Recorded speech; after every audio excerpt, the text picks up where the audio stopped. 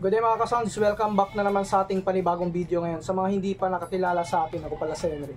So mga ka-sounds, ito pala yung Airbus 12 natin na nahulog sa series bus nung nakaraan. No? So makikita ninyo, may UP siya. So ngayon, i-check ko yung ating speakers na ito kung may damage yung ating tweeter dito. At saka baka nag-disalign yung magnet. So sana walang nangyaring masama sa speaker. Okay lang dito sa kanyang guard. Yung kanyang screen guard dito, maano pa natin ito, magagawan pa natin ang paraan para mabalik sa dati. Pero yung ano kasi dito yung speakers ng ano niya mismo, yung kanyang Airbus 12 na speaker at saka yung tweeter. So i-check ko. So mga ka-sounds, ito na, buksan na natin, tanggalin lang natin yung kanyang mga screw dito.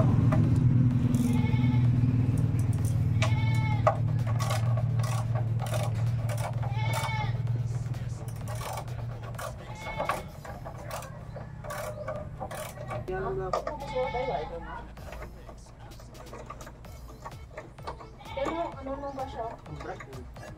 Ish, kahit! Ha? Makakasal na spray na. Ha? Ito, sniper. Sniper. So mga ka-sounds, ito yung ating speaker, no? So yung tweeter horn natin, hindi naman siya walang crack.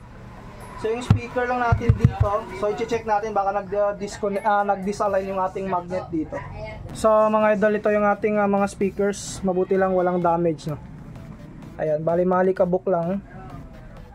Wala namang sign ng crack dito. So I think buksan ko lang yung ating speaker, check ulit natin baka kasi may tendency na lumuwag yung magnet niya or nag-disalign dito. So mga sounds, bali ito yung magnet ng ating Joson Airbus 12.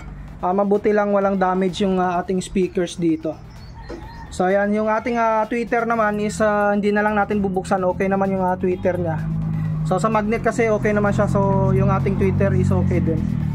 So ayos na ayos mga idol, nakasurvive yung ano natin, yung ating Joson Airbus 12 sa malakas na pagbagsak nung nakaranong dinala ko dito siya sa Antique. So mga ka-sounds, yun nga yung ating video ngayon dito sa ating Joson Airbus 12 na nahulog, no? So okay naman yung ating speaker. So hanggang dito na lang muna yung video natin. Bali sa sunod, dadalhin ko ulit yung mga pang sub natin dito na speaker para ma-soundcheck ulit natin yung ating Joson Airbus 12 na ito, na mayroong kasamang mga speaker yung pang sub. So I think yung dadalhin ko yung ating Live Pro na D12, no? Yung dalawa lang muna. Tapos yung dadalhin natin na amplifier is yung Broadway NVX5 or yung ating Joson Uranus na power amplifier. Sa mga kasals, hanggang dito na lang muna. Sa mga bago nag-subscribe, huwag yung kalimutan na i-hit yung notification bell button para sa mga video updates natin na i-upload.